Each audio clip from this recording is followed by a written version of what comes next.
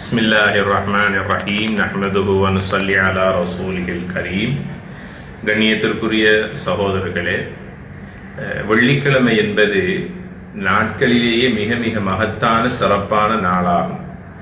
அன்றைய நாளினுடைய கண்ணியங்கள் மாண்புகள் என்பது என்ன என்பதை பற்றி நாம் இன்னும் புரிந்து கொள்ளவில்லை.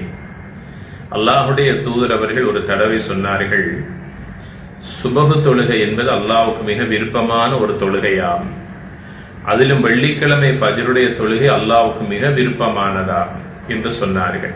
அல்லாஹுடைய தூதர் கூறுகிறார்கள், வெள்ளிக்கிழமை தினத்தை அடைகிற போது என் மீது அதிகமாக நீங்கள் சலவாத்தும் சலாமும் சொல்லுங்கள். நீங்கள் சொல்லக்கூடிய சலவாத்தும் சலாமும் எனக்கு எடுத்து காட்டப்படுகிறது. நாளை மஹ்ஷர் மைதானத்தில் யாருமே யாருக்கும் உதவி செய்ய முடியாத அந்த நாளில் உங்களுக்காக நான் அல்லாஹ்விடத்திலே மன்றாடுவேன் என்று அல்லாஹுடைய தூதர் கூறுகிறார்கள்.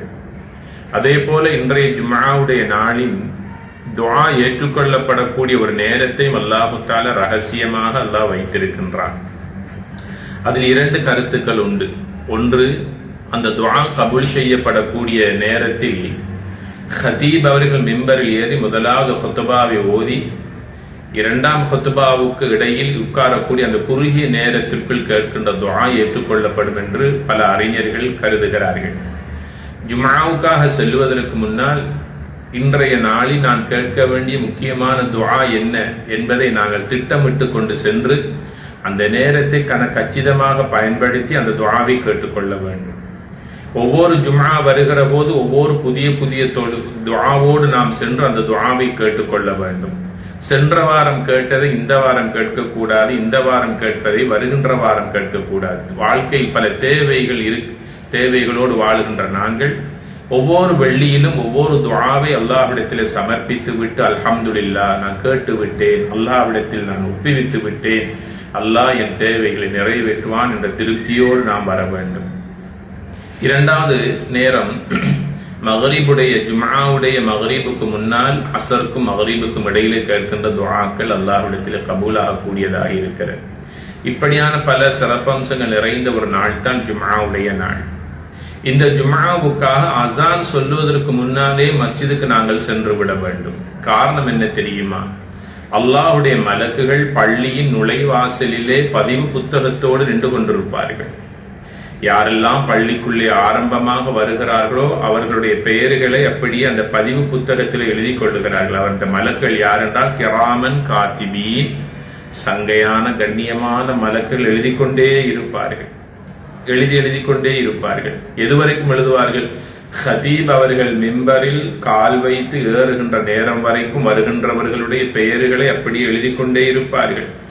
ஹதீப் அவர்கள் மிம்பரில் ஏறிவிட்டால் அந்த புத்தகத்தை அப்படியே மூடி வைத்து விட்டு மலக்குகள் மனிதர்களுடைய வேலையை பார்க்காமல் அல்லாஹ்வுடைய அந்த கடமையை செய்வதற்காக அவர்களும் வந்து பள்ளியிலே ஹுத்பாவை செவிமடுக்க ஆரம்பிக்கிறார்கள்.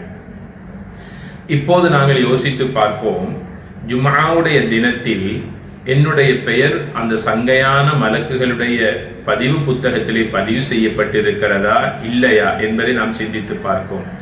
ஒரு வாரமா, 2 வாரங்களா, எத்தனை பல வாரங்களாக எத்தனை ஜும்ஆவுடைய நாளில் இப்படியான தவறை நாம் செய்து கொண்டிருக்கிறோம் என்பதை சிந்தித்து பாருங்கள்.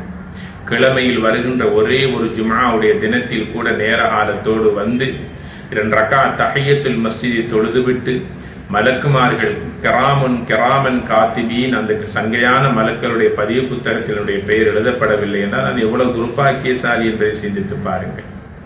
அடுத்த முக்கியமான ஒன்று, அல்லாஹ்வுடைய தூதர் கூறுகிறார்கள், யார் ஒருவர் பொடுபோக்காக கவனஈனமாக அலட்சியமாக 3 ஹுத்பா ஜும்ஆக்களை இழந்து விடுகின்றாரோ அவர் மறதியாளர்களில் ஒருவராக, அலட்சியமிக்கவர்களில் ஒருவராக அவர் கருதப்படுகிறார். மட்டுமல்ல, அவருடைய உள்ளத்தில் அல்லாஹு தஆலா சீல் வைத்து விடுகிறான், முத்திரையிட்டு விடுகிறான் என்று அல்லாஹ்வுடைய தூதர் கூறியதாக சஹீஹ் அல் ஜாமி' இந்த ஹதீஸ் பதிவு செய்யப்பட்டிருக்கிறது. 3 ஜும்ஆக்களை யார் ஒருவர் தவற விடுகின்றாரோ தன் வாழ்க்கையில், கவனிக்கப்பட வேண்டிய முக்கியமான விடயங்கள் கண்ணியமான சகோதரர்களே, அலட்சியமாக வாழக்கூடிய வாழ்க்கை அல்ல இது. சிந்தித்து வாழ வேண்டிய வாழ்க்கை. ஆஹிராவுடைய நிரந்தரமான வாழ்வுக்காக இந்த உலகத்தை நாங்கள் அர்ப்பணிக்க வேண்டி இருக்கிறது. ஆக கேட்ட விடயங்களை கவனம் செலுத்துவோம். வந்திருக்கக்கூடிய இன்றைய ஜும்ஆவுடைய நன்னாளினுடைய அதி உச்ச பயன்களை அடைந்து கொள்ளும் முகமாக நேர காலத்தோடு செயல்படுவோம். எல்லாம் வல்ல ரஹ்மான் அவனுடைய மேலான அருள் பாக்கியங்களை மன்னிப்பை நம் அனைவருக்கும் தந்தல்வானாக. வஸ்ஸலாமு அலைக்கும் வரஹ்மத்துல்லாஹி வபரகாத்துஹு.